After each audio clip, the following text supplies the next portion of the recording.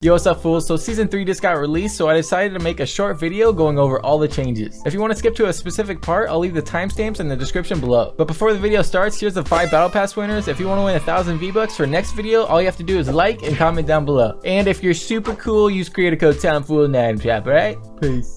Starting off, we got some map changes. As you can see from the map, most of it's underwater, so a lot of the old landmarks have either been covered or remodeled. So besides that, they added 4 new POIs, the Fortilla. If you want to be lame, you can call it Fortilla, where you can find the boss, the Ocean, the Riggedy Rig, which is basically a big rig that's right next to it, the Authority, which replaced the Agency since it exploded, so now it's remodeled, and that's where you can find the boss, Jules. And the last of the POIs is called the Caddy Corner, which you can find in the bottom right of the map. It's basically a gas station and a small base where you can find the boss Kit, which is basically the cutest little kitty cat. In addition to the new POIs, they added whirlpools that will shoot you up into the air so you can travel across the map quick. Now here's a map I made showing where all the whirlpools are, so feel free to pause the video or screenshot it if you want. While you're gliding down, also be on the lookout for a pontoon boat that looks like this. Every map it spawns in a different location, but if you see it, make sure to land there because it has a lot of loot. Whenever you're in the water, watch out though, because they added sharks that will hunt you down. But if you have a fishing rod, you can ride them or you can just kill them for loot. But don't think you're safe on land either, because they added AI marauders, which you'll find randomly across the map. They're basically a specialized squad of henchmen, but stronger. As the season goes on, the water levels will lower, revealing more locations, but thanks to iFireMonkey on Twitter, we can see some of them now.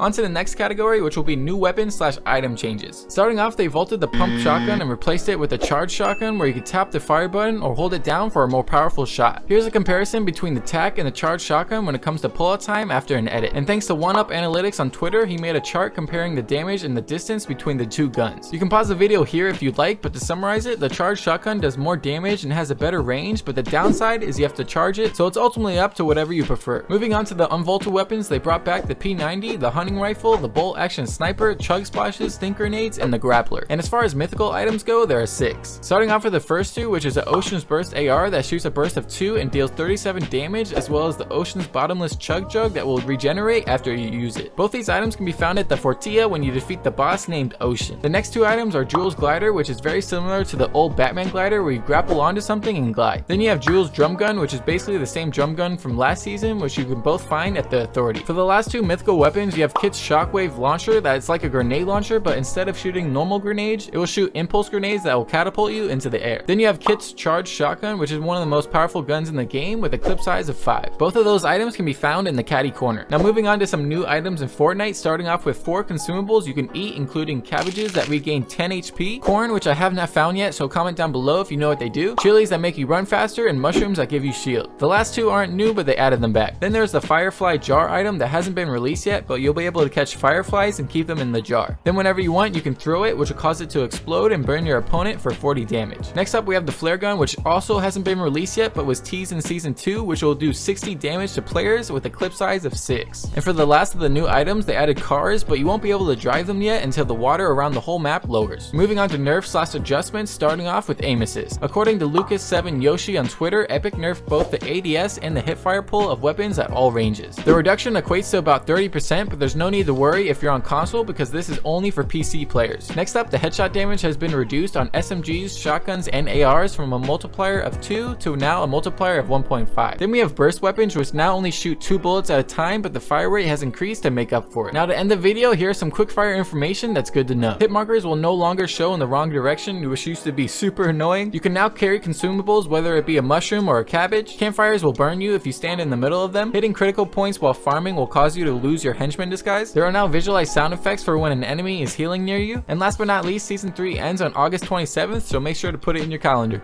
Peace.